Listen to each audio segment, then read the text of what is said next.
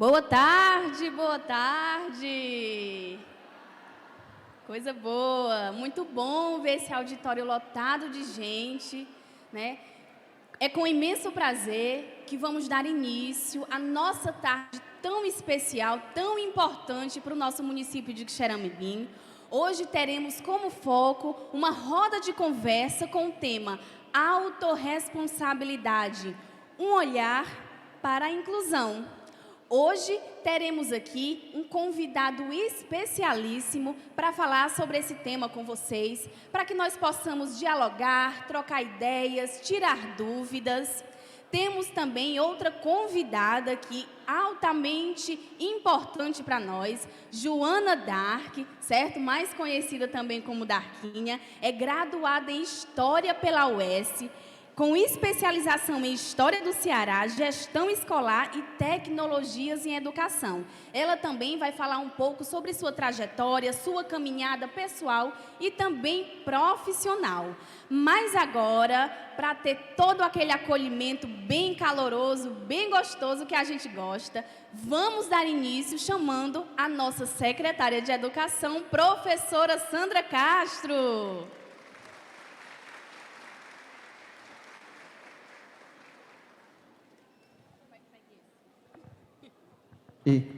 Oi? Pode ficar à vontade. Então, pronto.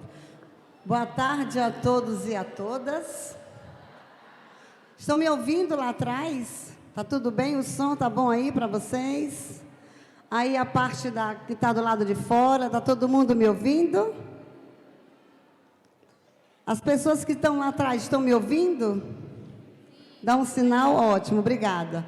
Gente, então, em nome da Secretaria Municipal de Educação, junto a uma gestão que acredita numa educação de qualidade, Dr. Cirilo Pimenta, e seu eterno e incansável vice, Dr. Edmilson Júnior, eu trago um caloroso abraço a cada um de vocês e dizendo de como é bom esse momento, essa tarde, de nos encontrarmos nesse lindo auditório, repleto de pessoas que com toda a sua maestria está aqui para nos ouvir. É uma roda de conversa, onde nós vamos estar aqui, nesse momento, com pessoas mais do que, com toda a sua maestria, nos dando um recado, tirando informações, fazendo conclusões. Eu espero que vocês se sintam à vontade, fiquem à vontade, para que a gente possa, de uma certa maneira, estarmos aqui nesse bate-papo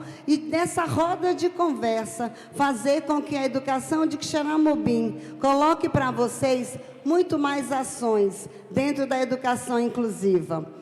Eu tenho uma rapidez. Eu tenho uma história para contar, e essa história é a história da minha vida, é a história da minha família, onde eu, Sandra Castro, sou mãe daquela moça lá atrás, ali, chamada Lara Oliveira Araújo, e rapidamente, no 3º mês de gravidez, o médico me disse: você contraiu rubéola, e agora? Eu perguntei. Ele disse: você pode optar, né, de parar a gestação ou não. Eu disse: não, eu vou dar continuidade. Aí eu perguntei para ele: o que pode acontecer? Aí ele disse: a criança pode nascer com a deficiência visual, auditiva, as duas juntas, ou então, entre aspas,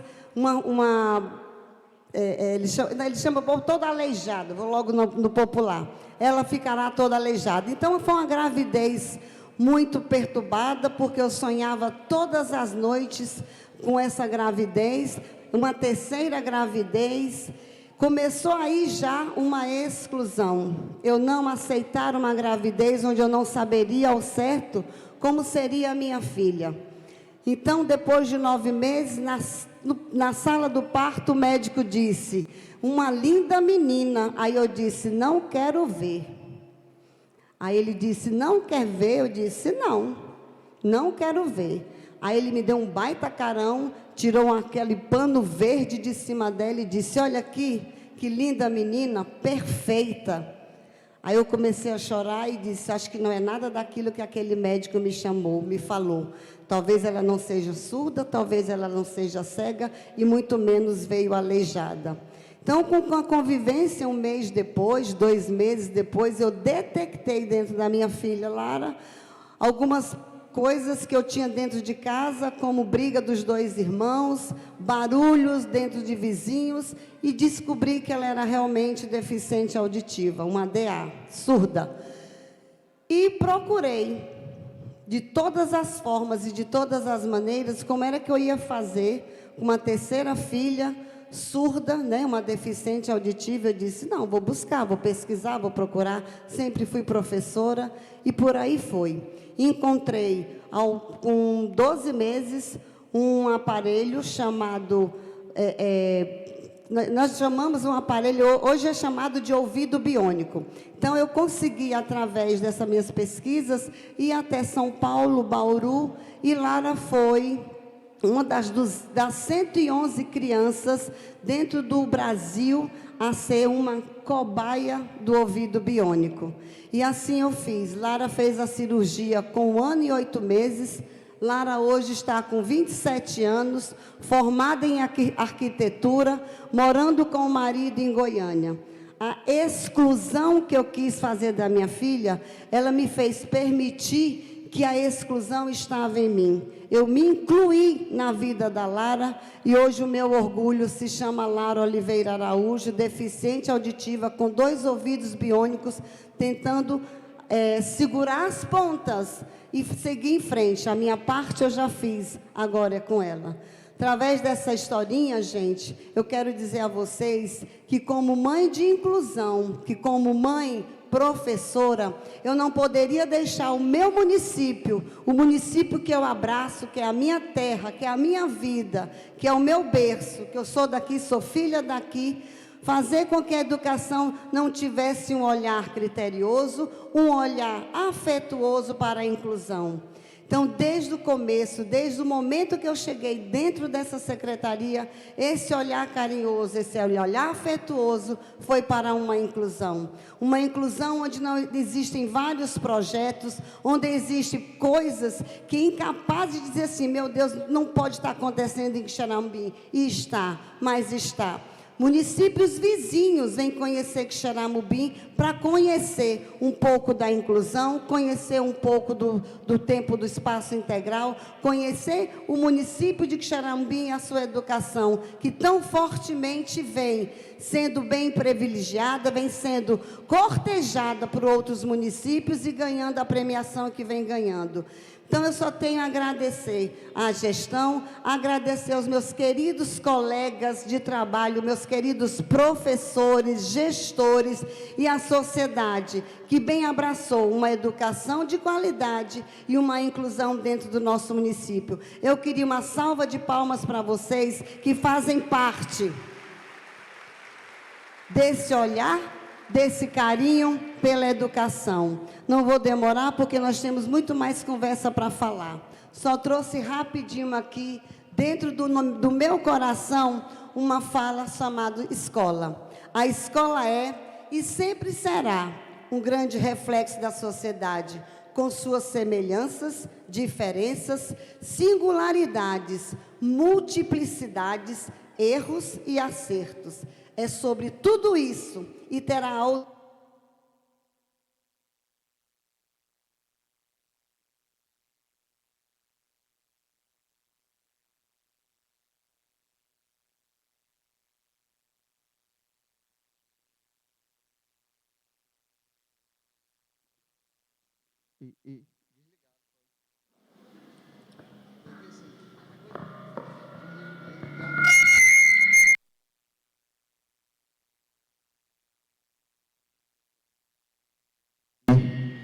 Isso. Ah.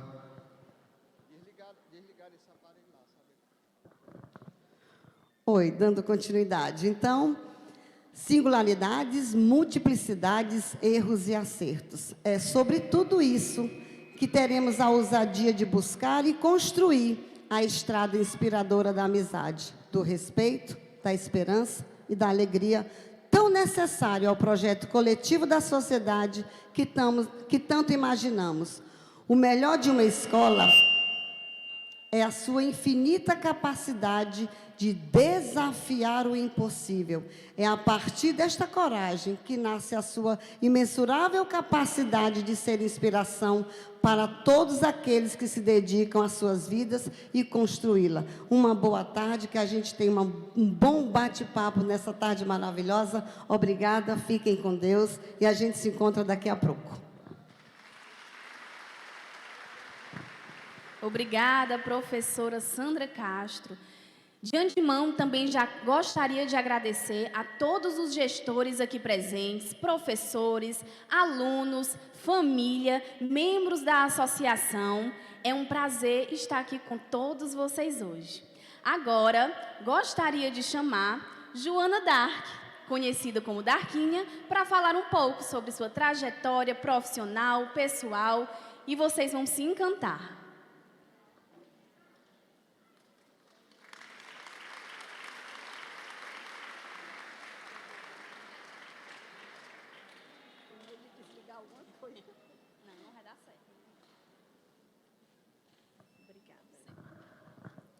Oi, boa tarde. Eu sou a professora Joana Dark. Eu nasci na cidade de Acopiara em 1967. Eu sou uma jovem senhora de 56 anos, cabelos grisalhos, naturais, graças a Deus. Eu estou usando um vestido rosa, com bolas brancas, e uma sandália vermelha, e uso cadeira de rodas. Eu ainda consigo dar pequenos passos, mas a cadeira de roda ela me torna mais confortável para os meus deslocamentos. Eu sou a primeira filha de Danilo Lobo Ribeiro e Terezinha Gomes Lobo. Ela, dona de casa, ele, funcionário público. Sou a primeira filha, a primeira neta, a primeira sobrinha. E aí, Sandra, quando eu nasci sem deficiência. Aí, quando eu tinha 1 ano e 3 meses, surgiu o surto, o vírus da poliomielite, no estado do Ceará. Se vocês pesquisarem, final da década de 60, a maioria dos municípios do estado do Ceará aconteceu, como nós tivemos a pandemia do Covid, teve também da poliomielite, que a gente tem que ter atenção, ela está retornando. Vamos prestar atenção e cuidar para vacinar as crianças. Então, a minha mãe também recebeu de um médico lá em Fortaleza, que a gente morava no interior, não tinha um atendimento. Oi, Socorro, te amo. E nós tivemos que ir para Fortaleza. A minha mãe me levou e eu passei 2 anos fazendo fisioterapia na BCR. Cristina, também te amo. E assim, no início da minha infância, quando o vírus entrou no meu organismo e fez todo o estrago que ele precisava fazer, eu fiquei 5 anos sem andar. Então, tinha promessas, tinha visitas a igrejas, a espaços e outros, mas o médico tinha dito para a minha mãe: mãezinha, a sua filha nunca vai andar. Mas essa filha aqui, ela é muito persistente. Eu nunca fui de esmorecer por coisa pouca. Então, o que aconteceu? Eu fui estudar. Eu tive o apoio primordial da minha família. Eu gostaria de dizer para todos os pais, para as mães, para as pessoas que cuidam da pessoa com deficiência, que o melhor trabalho é dar autonomia para essas pessoas. O melhor trabalho é fazer com que essas pessoas se sintam bem. Quando eu vim para cá, a minha amiga queria pegar a cadeira. Eu disse: não precisa. Eu consigo circular no meio de vocês sem problema nenhum. Essa cadeira, ela me anima, ela não me deprime. certo? Então, assim, desde o início da minha vida, eu tive o apoio da minha família. A questão da superproteção, nós sabemos que é muito peculiar às mães. As mães superprotegem os seus filhos. A minha mãe me superprotegeu ao ponto de eu nunca ter conseguido andar de bicicleta. Esse é um traumazinho que eu tenho, viu, meu povo? Porque eu vejo pessoas com uma perna só e anda de bicicleta. Porque eu com duas não ia andar, né? Mas a superproteção dela dizia que se eu fosse andar de bicicleta, eu poderia cair, me machucar e me prejudicar. Mas não foi isso que aconteceu. Então, eu fui para a escola. E na escola, no início da década de 70, não tinha, viu, Sandra, não tinha todo o atendimento que nós temos hoje nas nossas escolas, que a gente sabe que tem. Porque eu sou professora do ensino médio e a gente sabe da dedicação dos profissionais e de toda a comunidade escolar em relação à pessoa com deficiência. E eu segui toda a minha trajetória. Eu fiz ensino fundamental, fiz ensino médio, mas eu sempre fazia assim, quando os meus pais disseram e acreditaram que eu tinha potencial, aí eu deslanchei bastante, porque eu estudava no ensino médio de manhã e à tarde eu fazia cursos. Eu sei pintar, eu sei bordar, eu sou artesã, eu sei fazer cartões de papel vegetal, ou seja, se eu não tivesse virado ou me tornado uma profissional da educação, eu não precisaria estar em casa, nem precisaria estar necessitando de benefícios outros. Mas a minha intenção foi voltada principalmente pelo estudo. E nesse período de estudo, foram 18 anos consecutivos, eu nunca fiquei reprovada, eu nunca sequer fiquei de recuperação. Não era porque eu queria ser a melhor da escola, não. Era porque eu tinha que, todo ano, eu tinha que ter a conclusão, o término daquela série, porque eu precisava de uma pessoa que me levasse e que me trouxesse da escola. Então, era isso que estava dentro de mim. Eu não posso ficar reprovada porque eu vou ter que ocupar de novo meus irmãos ou meus pais nesse sentido. Eu tenho mais 3 irmãos. Nós comemos do mesmo arroz e do mesmo feijão quando era criança e quando era adolescente. Mas eu sou a única que concluiu o ensino superior. E como a menina falou aqui no início, né? Eu tenho formação em História pela UES, prestei vestibular, fiz o curso de História. Logo em seguida, eu fiz especialização em História do Ceará.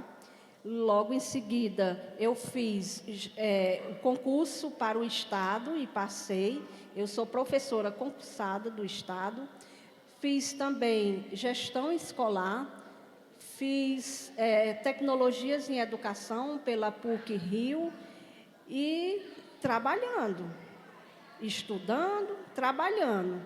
Eu sou casada, não tenho filhos, infelizmente, mas tenho sobrinhos que às vezes eu me faço de mãe para eles, no cuidado com eles, e tenho desenvolvido a minha trajetória profissional no sentido de dar apoio a outros profissionais da educação em relação à educação especial, né? Então, para todos que estão aqui, para todos que estão me ouvindo, eu gostaria de deixar o meu recado. Pai e mãe, não superproteja o seu filho. Eu estou falando como filha.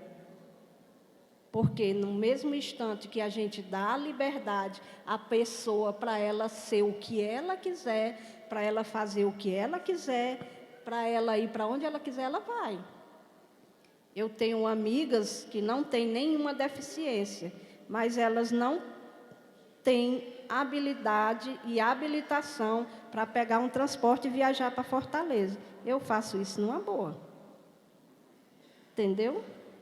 Então, assim, na medida que a minha família me acolhe e entende que eu sou uma pessoa que tenho capacidade de fazer algo, de ir adiante, aí a gente consegue ir.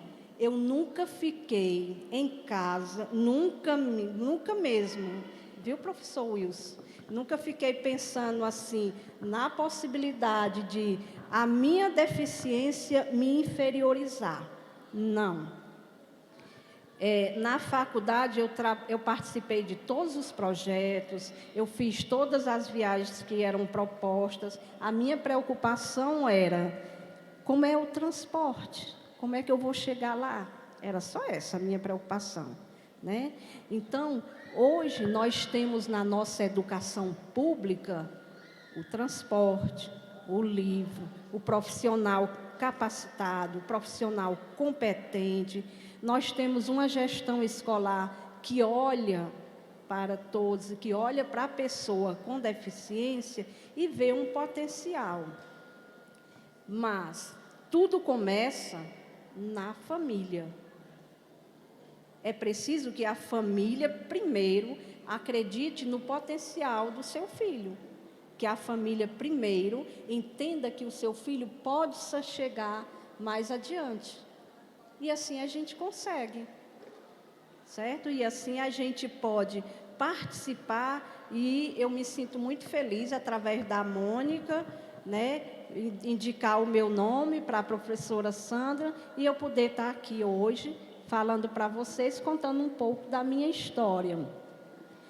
E a minha história não termina aqui, porque eu vou continuar estudando, eu vou continuar aprendendo, eu vou continuar orientando, eu vou continuar dizendo para cada pai e para cada mãe que eu encontre e que tem algum filho ou filha com deficiência, eu vou dizer: amor incondicional sem superproteção.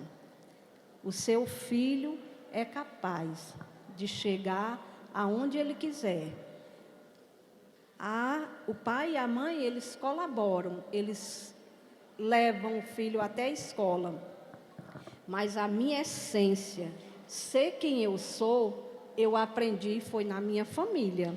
A escola me ensinou conteúdos didáticos, mas a minha família que me ensinou a ser uma pessoa que olha para o outro e que tem empatia e que tem o conhecimento e a necessidade de ver no outro alguém especial, especial por ser um filho de Deus, especial por ser alguém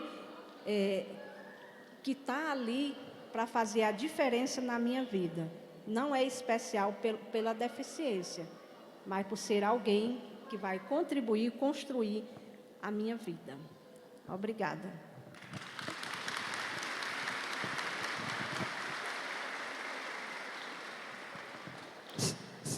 Pega esse daqui, ó. Pega esse, ó. Muito obrigada, professora Joana Dark, pelo seu depoimento, por contar a sua história. Agradeço mais uma vez, em nome do nosso prefeito Cirilo Pimenta e vice Edmilson Júnior. Agora, eu gostaria só de ressaltar para vocês algumas ações de impacto da educação inclusiva no nosso município de Quixeramobim. Primeiro, aquisição de materiais pedagógicos para 6 escolas, formação continuada para gestores, professores e cuidadores, aquisição de veículo e manutenção da frota que atende alunos com deficiência, emissão do documento de identificação dos estudantes com TEA, em parceria com a Coordenadoria de Cidadania e Políticas Públicas sobre Drogas, realização de processo seletivo e posterior contratação de cuidadores para alunos com deficiência, formação e elaboração de materiais pedagógicos acessíveis em parceria com o Instituto Rodrigo Mendes, um grande parceiro da Secretaria de Educação, lotação de professores especialistas para a realização do atendimento nas salas de recursos multifuncionais, diálogos intersetoriais envolvendo a educação especial no município, projeto Interação Inclusiva com Libras na Escola, o meu xodó, né? Não poderia deixar de citar aqui. Aprovação da Lei de Implantação do Núcleo de Atendimento Multiprofissional Especializado, nosso queridíssimo NAMI. Então, assim, gente, vamos aplaudir essa gestão de compromisso com a educação, que está todos os dias buscando aprender, errando, acertando, mas com a parceria de todos vocês, nós sabemos que é possível, vai dar certo.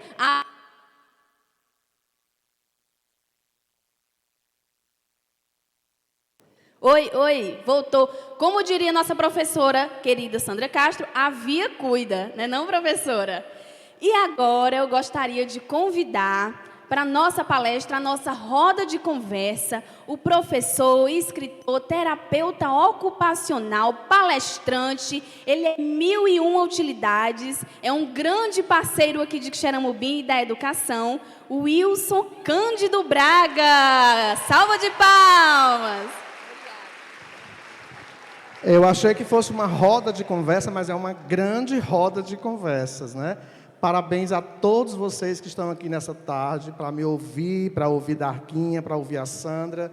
E nunca é demais falar sobre educação inclusiva. Eu queria começar parabenizando a Secretaria Municipal de Educação e dizendo o que eu sempre digo: poucas são as secretárias ou secretários que se envolvem tanto com a educação inclusiva. Por isso que o trabalho da Doquinha não é tão difícil, porque tem um apoio por trás. Muitas pessoas que coordenam a educação inclusiva acabam muitas vezes trabalhando sozinha, porque precisam desse aval de quem está acima, né, enquanto hierarquia, e nem sempre tem. Então, é uma secretaria que tem se preocupado com a educação inclusiva, é tanto que essa já é a minha 6ª vez em Xeramubim, quase estou recebendo o título da cidade, né? Entendendo que estamos falando de inclusão em todos os setores. Já conversamos com pais, com cuidadores, com profissionais do AEE, com gestores, com professores, e ainda temos aí um longo trabalho a realizar durante esse ano 2023, porque a gente não tem que falar de educação inclusiva na semana pedagógica, a gente tem que falar disso o ano todo. A Darquinha começou se autodescrevendo. Ela fez o que chamamos de audiodescrição, que é dizer como ela é. Eu também sou um jovem, bem jovem senhor de 50 anos, sem cabelo, grisalho, com barba bem branca, né, gordinho, como costumo dizer, e estou naquela militância para falar sempre de educação inclusiva. A minha história é diferente da Sandra, é parecida com a história da Darquinha. A Sandra tem na pele a vivência de ter em casa uma pessoa com deficiência. Isso facilita na militância dela. Darquinha vivenciou isso de perto, sofreu porque dentro de casa se protege em excesso, achando que está ajudando, quando, na verdade, esse excesso de proteção, que é cuidado natural, que faz parte da nossa cultura, acaba também atrapalhando. A minha história é um pouco diferente. Eu tenho 9 irmãos, tenho 32 sobrinhos e não tem ninguém ainda com deficiência. Mas a pergunta que eu faço em cima disso é: eu preciso de alguém na família perto de mim para eu entender que o outro que tem dificuldade é sujeito de direito?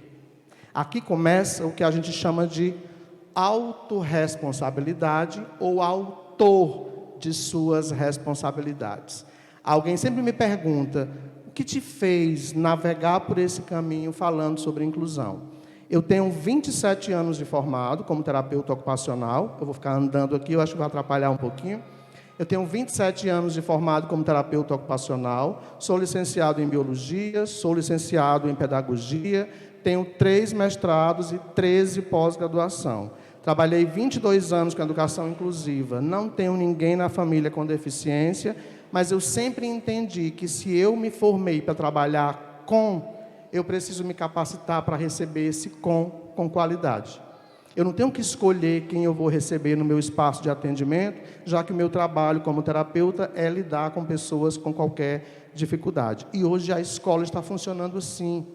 Eu não tenho que escolher que aluno eu vou receber, ele vai estar em sala de aula e o mínimo que a gente pode ofertar a esse aluno é uma recepção com qualificação. Por isso que a gente tem aí tantos movimentos em prol dessa construção de conhecimento. Eu tenho um canal no YouTube que dá cursos de graça. Não dá mais para aceitar que você diga, não aceito porque não fui capacitado. Você quer se capacitar? É só o que tem por aí, basta você ir buscar. Essa autorresponsabilidade é o que nos faz individualmente sujeitos responsáveis por aquele que chega para nós. Uma vez eu participei de uma audiência na Assembleia Legislativa do Ceará e um diretor de uma escola privada disse que não concordava que as crianças com deficiência estivessem juntas das crianças sem deficiência. E aí eu perguntei, qual seria o lugar para elas? Ele disse, numa sala com as crianças com deficiência. E aí eu disse, se fosse o seu filho? Você queria que ele ficasse segregado da convivência e das trocas com outros que não têm dificuldades e que também podem aprender com eles? Ou você iria aceitar que ele ficasse naquele espaço só com aqueles que talvez não fossem espelhos positivos para eles? Uma mãe disse, eu tenho 2 filhos gêmeos com autismo e as escolas privadas são as que mais recusam a matrícula deles, dizendo que não estão preparadas para lidar com essa demanda de alunos. E aí eu perguntei no mesmo instante para ela, alguém te perguntou se você estava pronta para receber 2 filhos com autismo? Não. E o que é que você fez? Ela disse, eu faço todos os dias, vou atrás de conhecimento e vou militar por direitos. Direitos batem na porta dos deveres. Eu não posso cobrar do outro se eu não estou fazendo. Eu não posso exigir que o outro faça se eu não estou continuando esse fazer. Eu costumava dizer para as mães de crianças que eu acompanhava, o que está sendo feito do que eu realizo aqui em casa? Não vai adiantar 40 minutos de terapia tentando fazer seu filho ficar sentado, vestido, calçado, se a primeira coisa que você faz lá na porta é tirar a roupa, o sapato, botar dentro da bolsa e levar ele no braço. E ele passa as outras 23 horas em casa despido. Não vai conseguir ficar vestido se o trabalho de continuidade...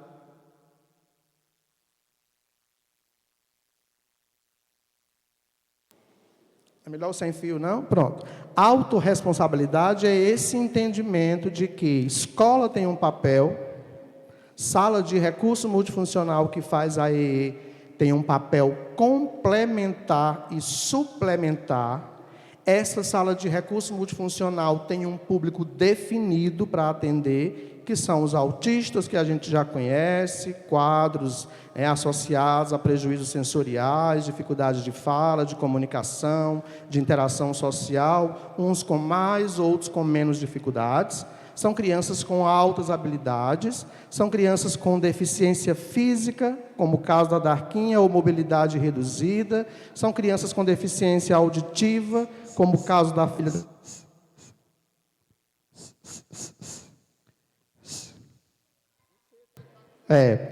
me dê os 2 para cá, que eu fico usando um e o outro. Eu sou daqueles que usam logo 2. São crianças com deficiência intelectual. E aí vem uma questão interessante. Existe um outro público na escola que ainda não é atendido por esse espaço de atendimento. Para que ele chegue lá, é preciso que algumas políticas sejam implementadas. TDAH, dislexia, descalculia, disgrafia, desortografia ou qualquer outra dificuldade de aprendizagem, mesmo com a lei de 2021, ainda não foi implementado nenhuma política para dizer que é o AEE que vai atender.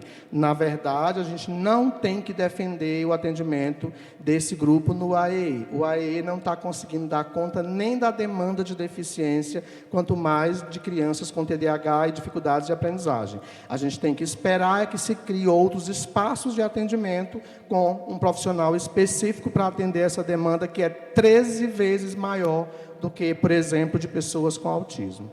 Autorresponsabilidade é entender que, além da escola, que já foi conquistado o direito de matrícula, de permanência, de atendimento no AEE, de possibilidade de auxílio de um profissional cuidador, que alguns vão chamar de profissional de apoio, profissional especialista, e é importante lembrar, como a Darquinha bem colocou, se seu filho não precisa desse profissional, não transforme esse profissional em uma bengala desnecessária para esse sujeito. Se ele anda sozinho, se ele come sozinho, se ele faz suas necessidades sozinho, se ele não tem comportamentos que precisam de alguém para regular, é para você entender que ele tem autonomia, é o que a gente espera que uma pessoa com deficiência alcance. E se tem um cuidador acompanhando o seu filho, fique atento, peça que a escola oriente no seguinte sentido: não faça por ele. Não transforme ele em alguém dependente de você. Faça com ele. Incentive para que ele venha a fazer sem você. Se afaste dele de vez em quando para ver como ele funciona sem você. E não aceite, gravem bem isso, e não aceite em nenhum momento que direção, coordenação, ligue para a sua casa e diga: o cuidador não vem hoje, não traga seu filho. Leve, até para você experimentar a reação do seu filho sem a presença daquele profissional. O que você quer ao longo de um ano é que aquela criança se torne independente daquela pessoa. Eu vou voltar lá para o meu início de trabalho, quando nem existia a AEE, eu já fazia a AEE. O AEE surgiu a partir do decreto 6571 em 2008. Desde 2 de agosto de 99, eu já fazia a AEE, quando implantamos o primeiro núcleo de atendimento pedagógico especializado no estado do Ceará. Só depois, quase 10 anos depois, é que se configurou o AEE. E existia uma pergunta que até hoje a assistente social faz lá na entrevista com a família: o que você espera do futuro do seu filho com deficiência? Ela pergunta para o pai ou pergunta para a mãe. Eu vou andar porque eu não gosto de ficar parado, eu sou meio TDAH. O que você espera do futuro do seu filho? O que você veio buscar aqui no atendimento?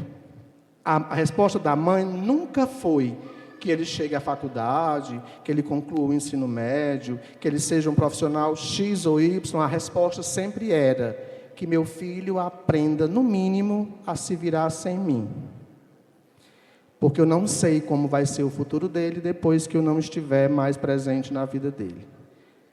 Inclusão ou exclusão começa dentro de casa. O que a mãe da Arquinha fazia com ela é o que a gente hoje condena. Ela, sem saber, querendo proteger, ela exercitava uma palavra da moda hoje chamada capacitismo. Ela achava que a Darquinha, por ter uma mobilidade reduzida, uma deficiência física, não tinha condições de andar de bicicleta, de se virar sozinha. A gente também, sem perceber, a gente cobra da sociedade que respeite os nossos filhos ou a pessoa com deficiência, e dentro de casa a gente não permite que ele lave o prato que comeu, que ele tome banho sozinho, que ele se vista sozinho, que ele escove os dentes sozinho, que ele tente fazer a tarefa sozinho. E eu não estou falando da criança com deficiência. Nossos alunos hoje, neurotípicos, sem deficiência, não sabem pesquisar. Porque eles chegam da escola e não vão tentar fazer a tarefa, eles vão para o reforço. E o reforço, em vez de ser reforço, que reforço é explicar, é reforçar uma explicação que aconteceu. Eles vão lá para a moça ensinar como pesquisar, como fazer a tarefa. Tire a moça do reforço, que aquela criança, mesmo sem dificuldade, não sabe como procurar qualquer tipo de situação, mesmo com a internet. Na nossa época, nem internet tinha. A gente copiava tudo do quadro, nem livro eu tinha. Ela esqueceu de falar, ela disse que era de Acopiara, né? Eu sou de um interior menor que Acopiara. Eu sou de um distrito chamado Flamengo. Não é aquele time do Rio de Janeiro, não. É o Flamengo da cidade de Saboeiro, pertinho de Acopiara, com poucos habitantes. E eu sou o 10º filho, o único que se formou e quis se formar, e diziam: é besteira, você está insistindo. Hoje eu sustento vários da família com o estudo que eu construí. Eu sou autor de 2 livros, está saindo um terceiro. Eu tenho um capítulo em 2 livros, está saindo mais um capítulo em outro livro. Eu tenho 2 artigos em 2 revistas. Eu tenho 2 artigos num site do Vaticano, Vatican News. É só entrar lá e botar Wilson Cândido Braga. Eu estou encantado com vocês, mas eu dei palestra semana passada para 2.000 pessoas em Aparecida do Norte, em São Paulo. Para a gente entender que não é só a escola, não é só a família, não é só o cuidador, não é só as secretarias que estão buscando entender sobre inclusão. Eu falei sobre inclusão num evento junto com o padre Fábio de Mello, com o padre Zezinho, com o padre Antônio Maria, para catequistas. Por quê? Porque as crianças com deficiência estão onde elas quiserem estar. E a autorresponsabilidade da catequista é entender um pouquinho sobre o que é autismo, sobre o que é deficiência física, visual, auditiva, porque a criança vai chegar lá e ela não vai dizer, não pode ficar aqui porque não cabe ele aqui, cabe em qualquer lugar. E esse lugar precisa estar, no mínimo, acessível para que essa criança possa estar lá. Inclusão é acesso, permanência, com investimentos que gerem sucesso. E não existe inclusão se não existe conhecimento. Não tem como você receber uma criança com deficiência, trabalhar com uma criança em sala de aula com deficiência, se você desconhece o que é aquela deficiência. É preciso que você o tempo inteiro esteja aberto a lidar com o novo. E eu estou falando de inclusão da pessoa com deficiência, quando, na verdade, a gente teria que corrigir isso. A gente está falando da pessoa com deficiência porque, por séculos, ela nem direito a viver tinha. Se a Darquinha tivesse nascido na Idade Média, a parteira daquela época já era orientada pelos pais a levar para a hora do parto uma bacia feita de barro, que todos nós conhecemos do interior, chamada tina. Já ouviram falar da tina, não já? E essa tina, lá na Grécia Antiga, tinha uma profundidade suficiente que coubesse uma criança após o nascimento dentro. Ela ia cheia de água. Para quê? Se a criança nascesse com um sinal que apontasse qualquer tipo de possibilidade de deficiência, ela automaticamente era afogada nessa tina. Porque não cabia naquela sociedade um ser imperfeito. E a mãe não podia nem chorar, porque ela tinha uma única função naquela época: procriar. Ela mal sofria o luto, já tinha que estar grávida de outro, porque quanto mais filhos tivesse, mais mão de obra teria para a família sobreviver. E mais tarde isso foi mudando, a igreja percebeu que esse sujeito que nascia com qualquer deficiência tinha alma,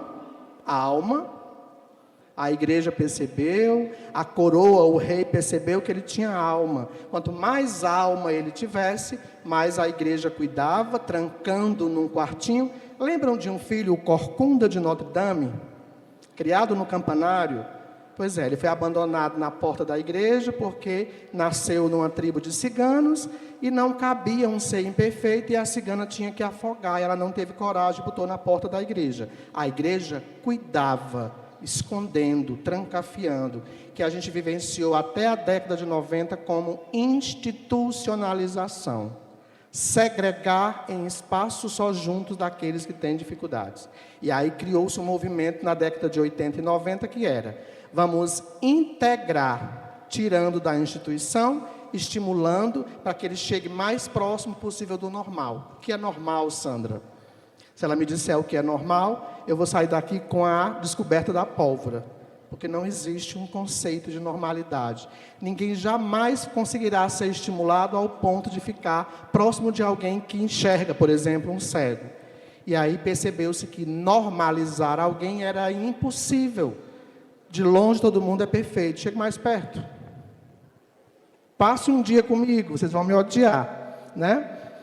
Então, esse conceito de normalidade perdeu força. E aí vem a década de 90, Declaração Mundial de Salamanca, Jomtien, Guatemala, Constituição Federal de 88, LDB de 96, a Política Nacional de Educação Especial de 2007 2008 e as políticas seguintes até a política atual, que trata o tempo inteiro de dizer ao outro: sim, aqui cabe ele, sim, aqui é lugar de direito, sim, precisa de psicólogo na escola, sim, precisa de assistente social na escola, tem que ter AE, e as coisas se escondem.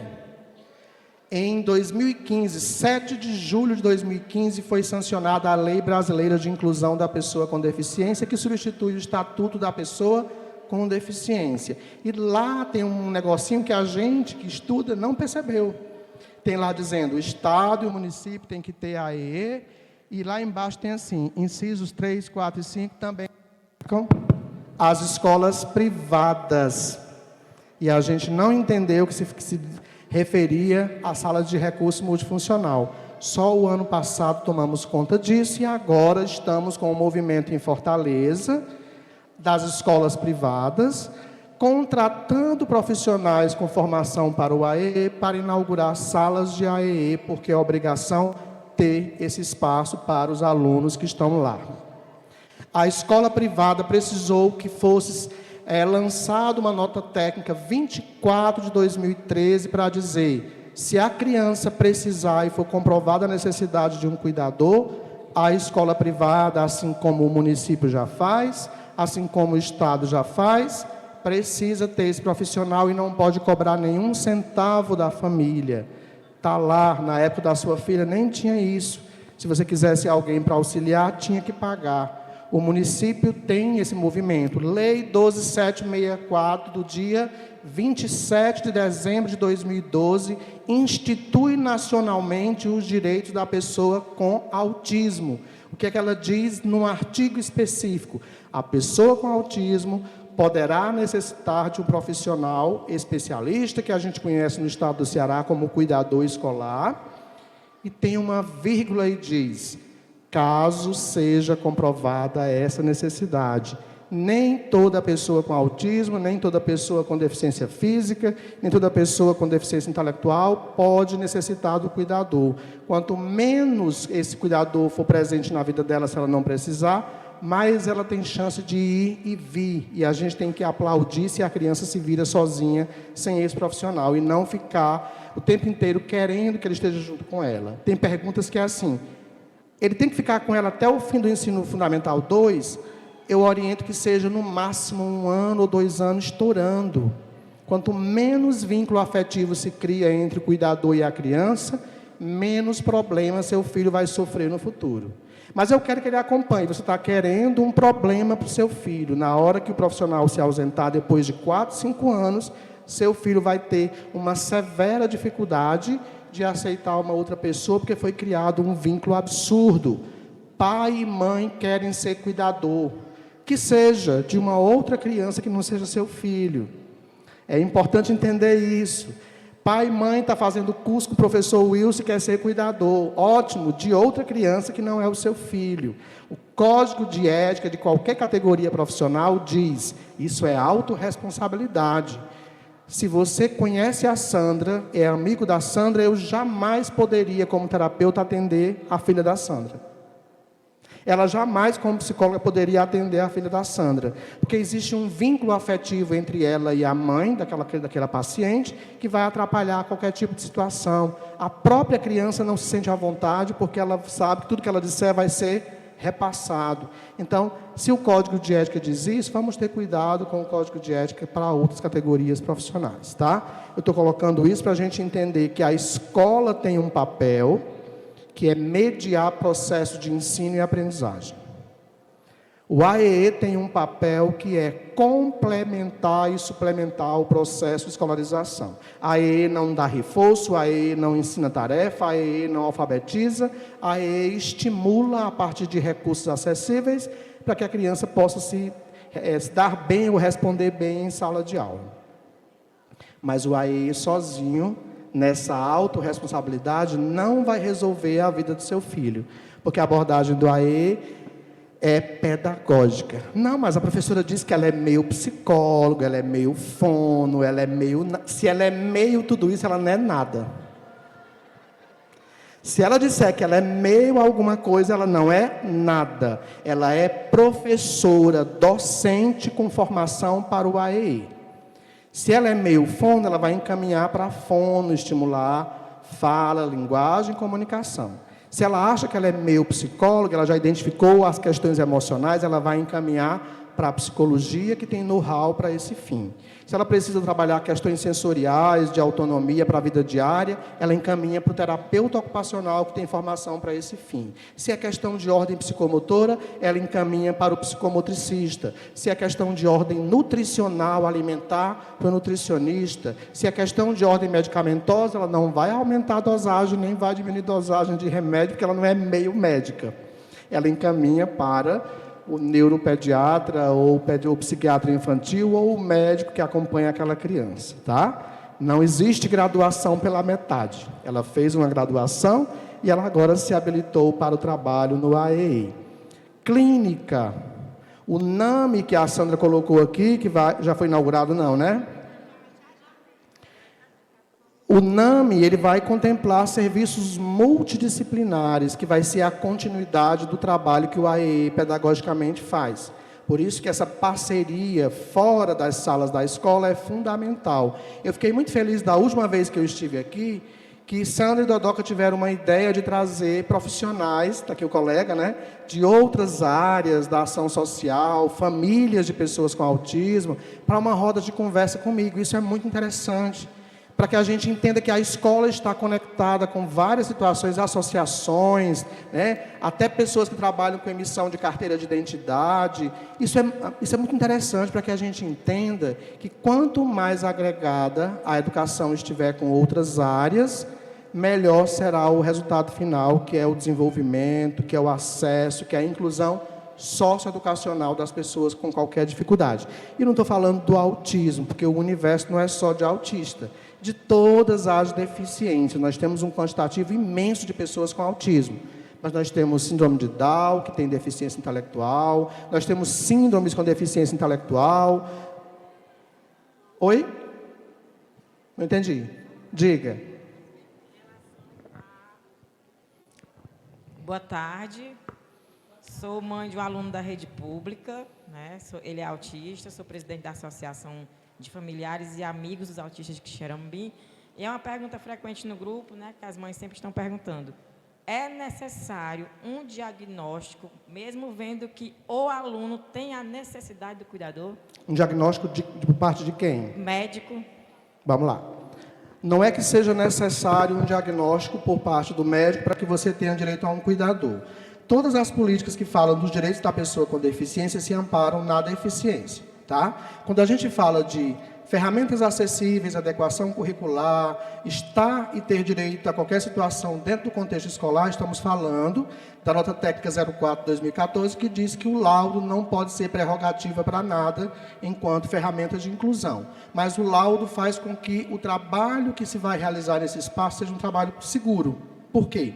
Se ela chega para mim e eu suponho que ela tenha deficiência física, mas eu não tenho certeza, eu posso pedir que ela faça alguma atividade que venha atrapalhar o desenvolvimento dela. Então, de posse desse laudo, que é uma questão posterior, o AE pode começar o processo de atendimento, pode solicitar o cuidador se houver uma necessidade visível para esse caso, mas esse laudo vem para dizer para a escola que o filho dela pode entrar no censo para que possa receber matrícula dupla, né, e a escola tenha condições de trabalhar com ele. O professor vai ter que entender sobre esse diagnóstico para qualificar o trabalho que vai ser ofertado a essa criança. Eu vou ter que ter certas ressalvas com algumas atividades para não comprometer. O autismo é um desses quadros que, se você não tiver conhecimento, você vai pegar no braço e vai causar um desconforto que ele pode ser sensorial. Você vai falar muito alto no microfone, desrespeitando a dificuldade auditiva.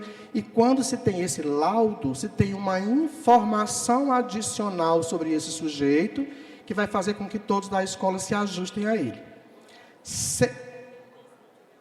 Não, aí eu não vou ficar na dependência. Eu vou começar todos os processos que eu posso começar, mas a orientação que se faz à família é: vamos buscar por esse laudo, para que a gente tenha qualidade no serviço que está sendo ofertado, legitime de fato o atendimento educacional para ele, tenha amparado legalmente que esse cuidador é legítimo, não está sendo uma questão de suposição, porque precisa desse documento para amparar qualquer tipo de solicitação. Tá? De repente vai vir uma cobrança do médico com relação à secretaria, que está se ofertando cuidadores para todas as crianças que não tem nenhuma necessidade estampada enquanto comprovação. O laudo não é prerrogativa, o laudo é uma informação adicional. Tá? pode começar o processo, mas é importante que a família vá buscar por esse laudo. Por que eu coloco essa questão da família buscar por esse laudo? Porque a gente sabe que tem famílias, famílias e famílias. Vocês que estão na associação sabem que tem aquela família que cobra e faz. Tem aquela família que cobra, aponta culpados, mas não faz. Não sabe? Tem aquela família que é parceira, tem aquela família que atrapalha. Tem aquela família que continua o que você faz e tem aquela família que desfaz o que você acabou de fazer. Eu estou falando do contexto geral. E quando se fala de pessoas com deficiência, não estão fora do contexto geral. Portanto, o laudo não pode ser uma ferramenta cobrada para se começar o processo, mas vai se cobrar ao longo do processo para legitimar qualquer tipo de situação. Tá? É importante lembrar disso. Porque a gente sabe que tem famílias que não... Olha, tem famílias, gente, que a secretária de Educação providenciou que alguém levasse para a consulta. E ela ainda assim não quis ir. Professor, mas a pessoa do AE tem a obrigação de fazer isso? A secretária de Educação tem a obrigação de fazer isso? Não. Isso é uma competência da família. A obrigação da escola é das paredes para dentro. Das paredes para fora é da família. Aí vem, cuidador não tem a obrigação de acompanhar a criança até em casa. É para a mãe vir pegar, é para a mãe estar ali para receber. Tá? A gente já teve casos, eu particularmente, no atendimento, que a mãe saiu para fazer compra enquanto a criança ia ficar comigo 40 minutos. Terminou os 40 minutos, cadê a mãe? Está lá no extra fazendo compras, está lá eu tendo que ficar com a criança junto com outra, atrapalhando o atendimento da outra, ou deixar com alguém que não poderia ficar porque tem outras tarefas, enquanto a mãe saiu. Vai para o atendimento, é no contraturno, a mãe não pode se ausentar, tem que ficar lá fora esperando. Foi orientado que a mãe vá buscar por esse laudo para ter todos os seus direitos assegurados, a mãe tem que correr atrás disso. Tá? Quando eu digo autorresponsabilidade, estou colocando cada um no seu papel. Família tem um papel, escola tem um papel, secretaria tem um papel, a AE tem um papel e os trabalhos que se faz fora dessas paredes são outros papéis que cada um assume. Nós temos um grande privilégio na educação. Secretaria, até falei no último encontro, Secretaria de Saúde, de Ação Social, disso ou daquilo, não capacita profissionais. É uma vez perdida na vida. Secretaria de Educação está o tempo todo trazendo cursos, formação, palestra, encontros, mostrando que esse movimento, que ainda é um movimento em construção, que é a inclusão da pessoa com deficiência, está sendo todos os dias alicerçado, alimentado, plantado e cobrado. É tanto que a gente esteve no último encontro conversando com gestores. Professor, mas a inclusão na escola não é o professor que faz? É não. É o porteiro, é a moça da limpeza, é a moça da cantina, né? É a moça da biblioteca, é o pessoal de secretaria, é o coordenador, é o diretor, é o professor. A AE não faz inclusão. A AE faz atendimento. Inclusão fazemos nós. Quando recebemos o outro em sua diversidade, respeitamos esse outro na sua forma de ser e de agir. Isso é inclusão. É quando a gente olha para o outro com respeito, entendendo que cada um tem uma forma diferente de funcionar, de aprender. Por isso o professor em sala de aula copia no quadro, traz a tarefa escrita, explica, usa projetor de slide. Ele está tentando atender a todos os estilos de aprendizagem dos seus alunos. Mesmo sem saber, ele está tentando levar a sua informação a todos eles. E a gente ainda encontra uma séria resistência por parte de alguns professores, de adequar atividades. Ele manda para o AE fazer. A AE não tem a obrigação de ajustar conteúdo de matemática, de história, de geografia, ele nem tem a obrigação de entender sobre isso. Ele tem a obrigação de entender sobre as deficiências que ele acompanha, de trabalhar com atividades que estimulem as competências das crianças para que elas saiam das dificuldades e consigam alcançar potencialidades. Quem vai fazer a adequação é professor de sala de aula. Ele traz uma atividade para a criança pintar, é a Peppa Pig. Tá, ele está dando aula de quê? De matemática. E onde é que a Peppa Pig entra na matemática? Se for para ele contar quantas Peppa Pig tem, é matemática. Se for só para pintar a Peppa Pig, é enrolação. Tá? Adequação de atividade é autorresponsabilidade do professor e tem que estar dentro do contexto da aula que ele está dando. Não pode ser uma coisa descontextualizada. Se a aula é de botânica, no mínimo para pintar uma árvore, se for o caso. Se a aula é sobre fauna e flora, plantas e animais. Se é para ser só uma questão de ocupação da criança, ela fica em casa e se ocupa em casa. Também não é para aceitar que o cuidador fique andando pela escola às 4 horas de aula, enquanto o professor dá aula para a turma. Isso acontece? Sim. Manda para o AEE porque não está conseguindo ficar em sala de aula. Durante o tempo de aula, a responsabilidade do professor é sobre todos os seus alunos. O AEE tem horários de atendimento pré-agendados. Não é delegacia para registro de ocorrência. Não manda para lá para fazer registro. Gente, falar de autorresponsabilidade é entender que nós temos papéis definidos. A gente nem entra no trabalho do outro e nem critica o trabalho do outro. A gente simplesmente tenta entender o que o outro faz para que esse outro seja parceiro, para que esse outro continue o trabalho que a gente está realizando. A família tem um poder maior do que ela possa imaginar. Todo esse movimento que nós temos de inclusão e de políticas tem acontecido e está acontecendo porque tem famílias reivindicando melhorias o tempo inteiro.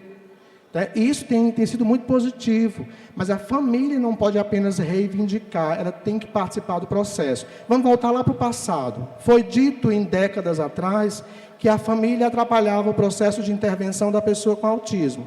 E depois se refez essa fala para entender que a família não atrapalha, mas ela tem que ser participante desse processo. Ou a família se envolve, ou o trabalho do psicólogo não vai fazer efeito nenhum sobre aquela criança que está sendo acompanhada. Oi. Boa tarde para todos. Professor, é porque aqui, por exemplo, eu sou testemunha, tanto na escola pública como no setor privado, crianças com 11 anos de idade, no 5º ano, sem conhecer as letras. Então, isso, para mim, eu imagino que para a criança seja uma tortura entrar numa sala de aula, onde está dando um conteúdo super diferente. Então, eu não acredito que, desde o início, essa criança teve direito a tarefas adaptadas. Vamos lá. Existe uma prerrogativa nas políticas públicas que é o seguinte: para onde eu devo encaminhar essa criança com deficiência? E uma das falas é: você não vai colocar ele, com 30 anos, numa turma de criança com 5. E nem vai colocar essa criança com 5 anos na turma dele com 30 anos. Tudo que for feito dentro da escola com relação aos alunos com deficiência é sempre primando pelo que é melhor para ele. Se essa criança chegou a uma idade X sem aprender a ler e escrever, não vamos pensar apenas se houve ou não adaptação de atividade. Não estou analisando, eu estou ouvindo a sua pergunta. O que tem por trás da sua pergunta eu não posso saber, porque eu não conheço a realidade. Então, eu não posso achar que foi apenas porque não se trabalhou a adequação de atividade. Crianças com prejuízo intelectual, e aí vamos lembrar que 75% das pessoas com autismo têm algum prejuízo intelectual, e a gente vai pensar que esse processo de ler e escrever pode ser um processo bem complexo e bem difícil para algumas crianças. É lógico que por trás de toda a história existe falta de adequação, existe o prejuízo que comprometeu mesmo com a adequação, existe a falta de outros serviços fora da escola que é extremamente necessário que exista, como terapia, fono, psicologia, que são situações... Não, deixa eu só responder a sua pergunta. Não vamos defender a pergunta, vamos só responder a pergunta. Porque eu não posso tomar a sua pergunta como uma situação que seja 100% real. Eu não conheço a situação. Estou defendendo, estou explicando teoricamente como é a situação. Então, essa criança nem sempre passou por esse processo. Se passou, vamos entender que pode existir tanto um prejuízo intelectual significativo, como pode ter acontecido falta de ajustes de atividades que não contemplou dentro desse processo de estimulação. Só de 2008 para cá é que a gente viu a sala de AE começar a funcionar e ainda assim, quem trabalha na sala de recurso multifuncional, seja Estado ou município, vivencia um grave problema dentro da escola. Não é a secretaria, não é a direção. Ainda existe um mal-estar entre professores e quem trabalha na sala de recurso multifuncional. Quem está me ouvindo sabe do que eu estou falando. Ainda há quem pense que estar na sala de recurso multifuncional é um benefício, não faz nada, não precisa estudar, não precisa se preparar, porque atende a criança individual. Ainda existem essas questões de forma equivocada. Eu estava conversando com ela antes de vir para cá. Em 2008, as pessoas se estapeavam para ir para a sala de recurso multifuncional. Elas até matavam para ir. Por quê? Porque elas ganhavam 30% a mais em cima do salário. Olha, deixa eu dar um exemplo. Quando eu comecei a trabalhar no Estado, eu fui incumbido de uma tarefa que era ir com a minha equipe a várias escolas onde tinha salas especiais, para fazer a avaliação das crianças, para ver se elas tinham condição de estar na sala de aula do processo de inclusão. Uma professora quase bate na minha cara, porque eu fui numa escola e a gente começou a avaliar e saiu uma criança para o 5º ano, saiu uma criança para o 6º ano, saiu uma para o 4º ano. Ela disse, eu estou vendo a hora eu perder os meus 30% porque você está acabando com a minha sala. Por ela, aquela criança ficaria 10, 15, 20 anos ali para que ela não perdesse o direito de ganhar os 30%. O que é que o Estado fez? Acabou com os 30%. Hoje, vai para a sala de recurso multifuncional quem se identifica com o trabalho e quem está habilitado para esse trabalho. Ah, mas é porque o prefeito deu esse emprego para a pessoa e ela assumiu. Tem que ter formação para assumir sala de recurso multifuncional. Tá? Esse é um problema que a gente vai ainda encontrar em alguns espaços. Tem pessoas que ainda acham que vão escolher que cliente vai atender. Eu já encontrei psicólogo que disse assim, mas, Wilson, eu não posso atender essa criança porque ela me bate. Se ela não te batesse, ela não ia para você. Já encontrei fono que dizia assim, eu não vou atender essa criança porque ela baba muito. Eu digo, pois é, ela precisa trabalhar a musculatura orofacial, por isso ela foi para fono. Se você está numa sala de recurso multifuncional e o público é A, B e C, você tem, enquanto autorresponsabilidade, que se preparar para receber o público A, B e C, porque aquilo é o seu exercício. Se o professor chega para a direção e diz, esse aluno não é para estar na minha sala, a direção é para dizer assim, é você que não é para estar aqui. Sabe por quê? Porque é a escola que se ajusta ao aluno e não o contrário. E a escola tem feito isso. A escola tem ofertado formação, palestras, cursos, tem ofertado capacitação, tem ofertado atendimento educacional especializado, tem ofertado cuidador escolar, e ainda é um problema porque tem município que as pessoas não querem ser cuidador escolar. E aí está virando um problema em algum local, porque está acontecendo aqui também, né? Então, a escola tem feito um grande papel. É o papel perfeito? Não, porque nem o nosso é. Mas a gente tem que estar atento para ver até onde vai erros e acertos e cobrar para que os acertos sejam mantidos e os erros sejam corrigidos, né? Boa tarde, eu sou a mãe do Cauã. O Cauã, ele é deficiente auditivo, ele tem TDAH, déficit de atenção e ele é autista. O Cauã, professor, ele fez um excelente ensino fundamental. A escola dele foi lá no Belém, na comunidade do Belém. Eu fui muito parceira da escola na época, porque na época o Cauã hoje está com 18 anos. Na época, professor, lá na escola ninguém sabia o que era hiperatividade. Então, assim, eu fui muito parceira da escola, a escola foi muito parceira comigo e fomos muito parceiros também com os multiprofissionais e os profissionais, no caso o psiquiatra, o neurologista. Tudo que eles diziam para mim fazer, eu fazia. Tudo que eles diziam para a escola fazer, eu passava para a escola fazia. Então, nós caminhamos de mão dadas na época. Eu acredito que naquela época era mais fácil, porque era o Cauã, só o único Cauã naquela comunidade que tinha esse problema. Então, a escola se interessou mais, foi mais parceiro. A Secretaria da Educação foi muito parceiro comigo também. Chegando no ensino médio, eu já não tive essa parceria. O Cauã não teve direito a um acompanhamento no AEE, não teve aquele acompanhamento que ele tinha no ensino fundamental. No caso, foi outra parceria, a escola e a mãe. Eu fui muito parceira. E nós tivemos um problema porque nós chegamos na pandemia. Outro problema. Exatamente. Só que para o Cauã foi melhor, porque o Cauã ele não gostava de ir para a escola, ele não gostava do barulho da sala de aula, aquilo incomodava ele, porque ele usava aparelho auditivo, então em casa, as aulas online, ele teve um rendimento muito melhor, sabe? E a mãe aqui, graças a Deus, tinha feito faculdade AD, né, à distância, então a mãe tinha um certo conhecimento, então para o Cauã foi ótimo, a mãe dava aquele suporte em casa. Então ele fez um excelente ensino fundamental também, ensino médio também. Só que o Cauã ele vai para a faculdade. Aí eu me preocupo agora com a faculdade. Ele ainda não foi para a faculdade, porque ele está se preparando para fazer uma cirurgia da coluna. Então ele disse, mãe, eu não quero começar uma faculdade e ter que parar para poder fazer, né, a cirurgia. Então vamos resolver o problema da cirurgia. Mas eu me preocupo na questão da faculdade, porque o Cauã ele tem um problema com a matemática. Aí a geneticista descobriu que ele tem descalculia, entendeu? Por isso que ele tem o problema com a matemática, sabe? Então, assim, será que ele vai ter esse suporte? Ele vai ter um certo suporte? Né?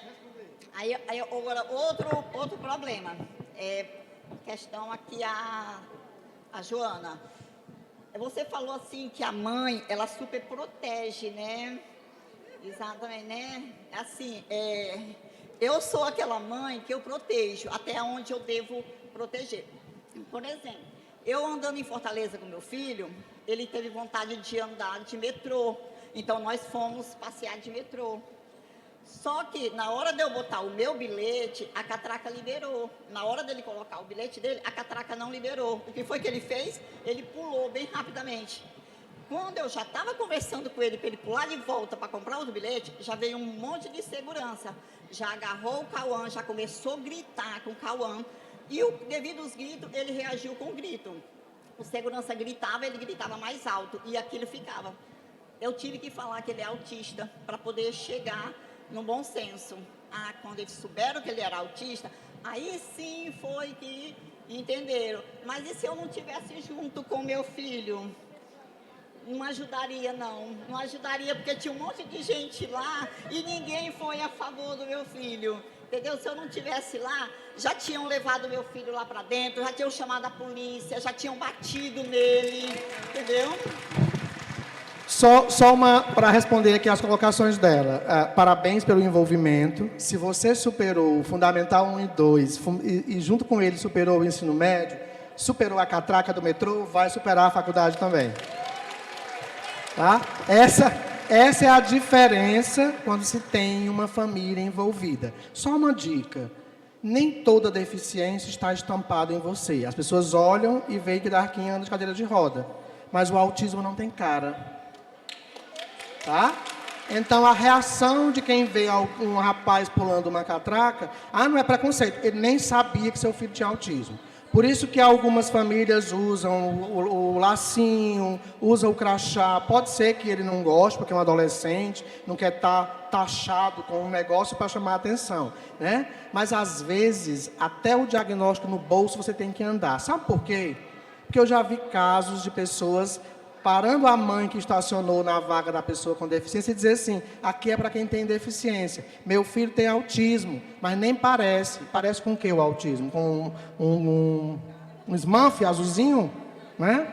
Então, essa questão de proteção, quando você diz eu super protejo, mas você solta a corda para ele caminhar. Tá? Então, essa questão aí deixa eu falar. Você já falou. Se aquiete aí, só um pouquinho. Que tem alguém ali na fila. E eu vou dizer uma coisa, viu? O Cauã, ele dirige, viu?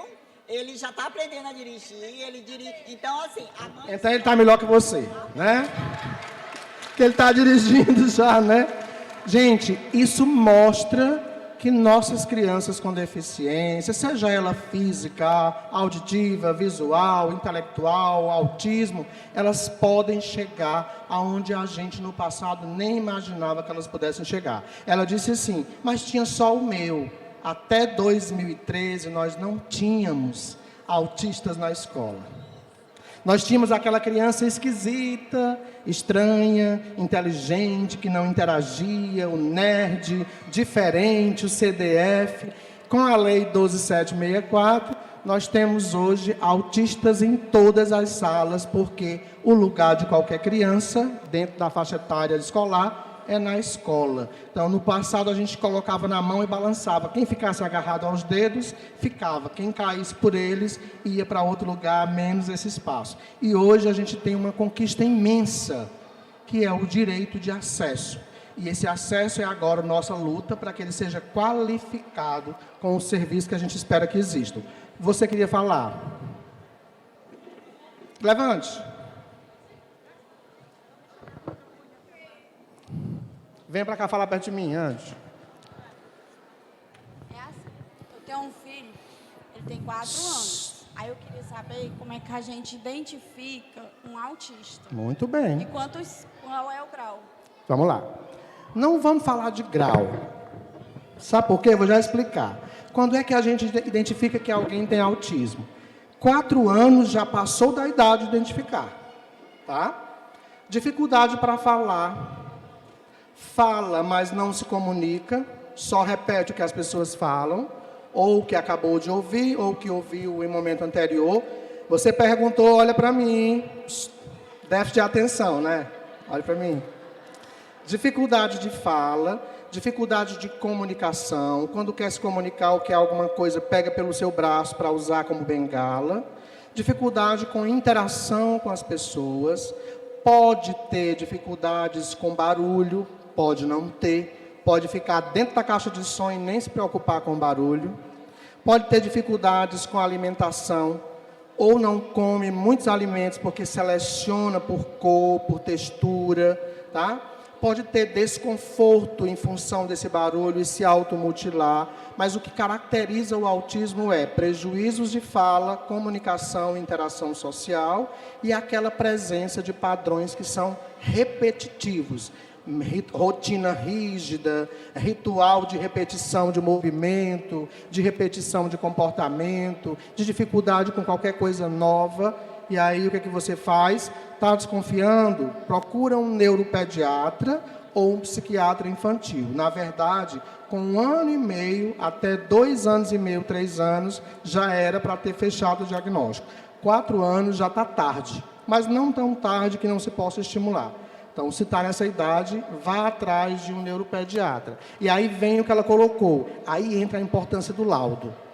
Esse professor precisa entender, a partir de um documento, que ele tem que ajustar ferramentas do seu trabalho para que esse aluno seja contemplado por ele. Trabalhar sobre suposição não ajuda. É preciso ter uma certeza. E quem vai atrás da certeza é a família, tá? Eu acho que a gente está quase no tempo, né? Essa roda de conversa é uma roda para vários encontros. Olha eu me oferecendo para voltar, né? Ah, olha só, na verdade já dei 2 vezes. Quem tiver interesse em cursos gratuitos ou com taxas quase de graça, vai lá no meu Instagram, Wilson Cândido Braga, eu posto tudo lá. Tem um canal no YouTube com quase 600 vídeos, Wilson Cândido Braga. A gente já deu curso de formação para cuidadores gratuito no ano passado para 7.000 cuidadores do país inteiro. Demos agora de novo em janeiro para 2.500 cuidadores e todo mês tem curso. Agora em março começa um curso sobre autismo. Quem tiver interesse em participar é só me chamar pelo WhatsApp, eu passo as informações. Diga, amor.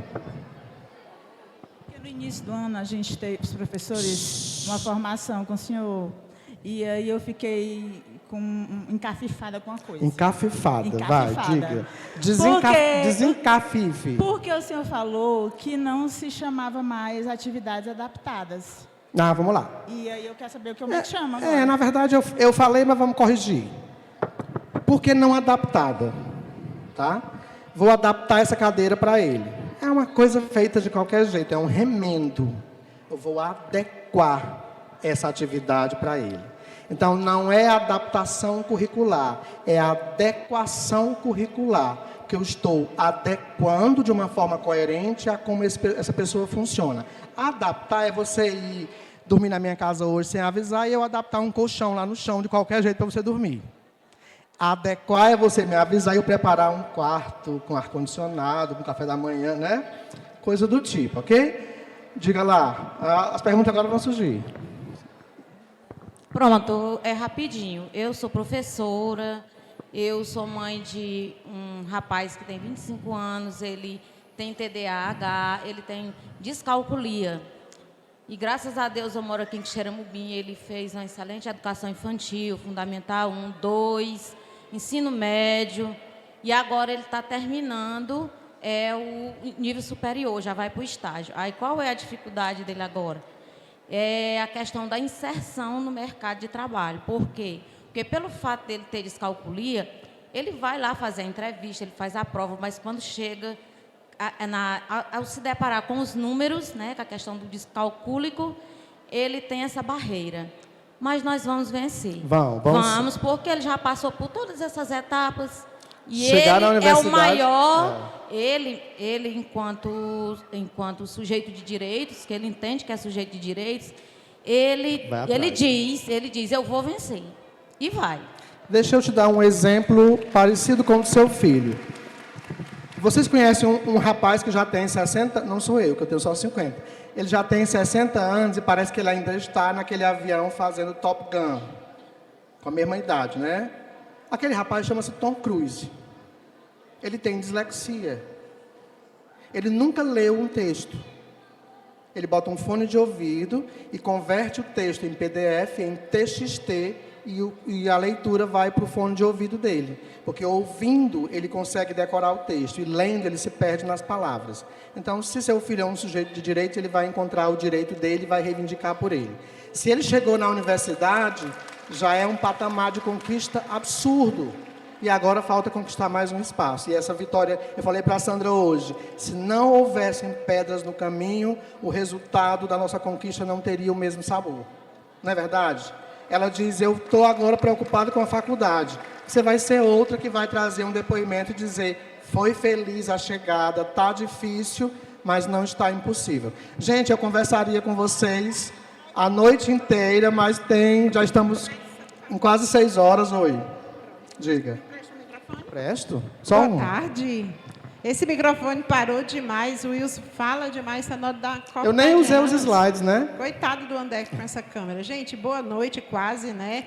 Sim, dizer, dá satisfação de ver esse espaço lotado para conversar, para ouvir, para dialogar, bater papo sobre um assunto tão pertinente, tão agradável.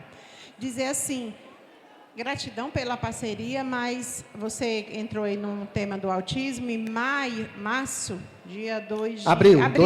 2 de abril. Comemora-se as lutas, né, o Dia Alusivos às Lutas e Conquistas Mundial, Nacional do Autismo. E o ano passado a gente teve o privilégio de sediar o primeiro simpósio municipal sobre o autismo. E esse ano nós já estamos nos organizando, mesmo que o professor não possa estar aqui, porque ele ama estar aqui, né, ele já deixa isso bem claro. A gente já está aqui nos comprometendo enquanto secretaria, enquanto educação, enquanto município, de que faremos, sim, o segundo simpósio para continuarmos esse diálogo, essa fala, essa roda de conversa sobre o autismo, viu? Que bom, fico feliz. E eu espero ser convidado, né? Isso também. Gente, a gente chega... Quando eu digo assim, o autismo está, a deficiência está onde ela quiser estar. A gente, quando constrói caminhos, a gente chega em todos os lugares. Tá? A internet tem esse poder negativo e positivo, mas a gente tem que olhar para o que é bom e perceber que ela pode nos levar a lugares imensos. Eu já estive em São Miguel dos Campos, em Alagoas, eu já estive em Brasília, eu já estive em São Paulo, no Instituto Anglicano, na Paulinas Editora, em Jundiaí, em Aparecida do Norte. Vou estar agora, dia 23 de setembro, na CNBB, que é dentro da Congregação dos Padres e Bispos do Brasil, falando sobre inclusão. Eu vou estar em outubro em Recife, na Bienal do Livro, dando palestra. Eu vou estar em setembro em Belém, na Bienal do Livro. Eu vou estar em outubro no Rio de Janeiro, na Bienal do Livro. E eu estou aonde me chamam. E quanto mais me pagam, mais eu vou, né? Eu sou desses.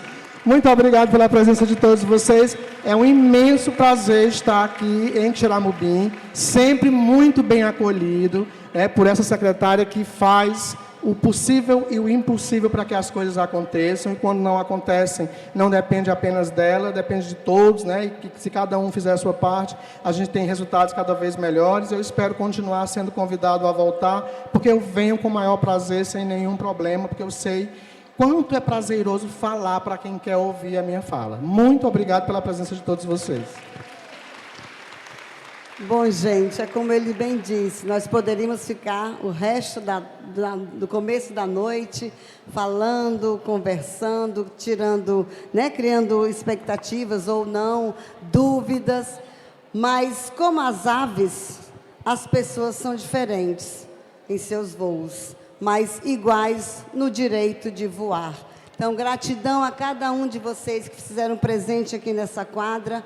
A Secretaria de Educação está de portas abertas a vocês, pais, professores, a vocês, bem sabem disso, gestores.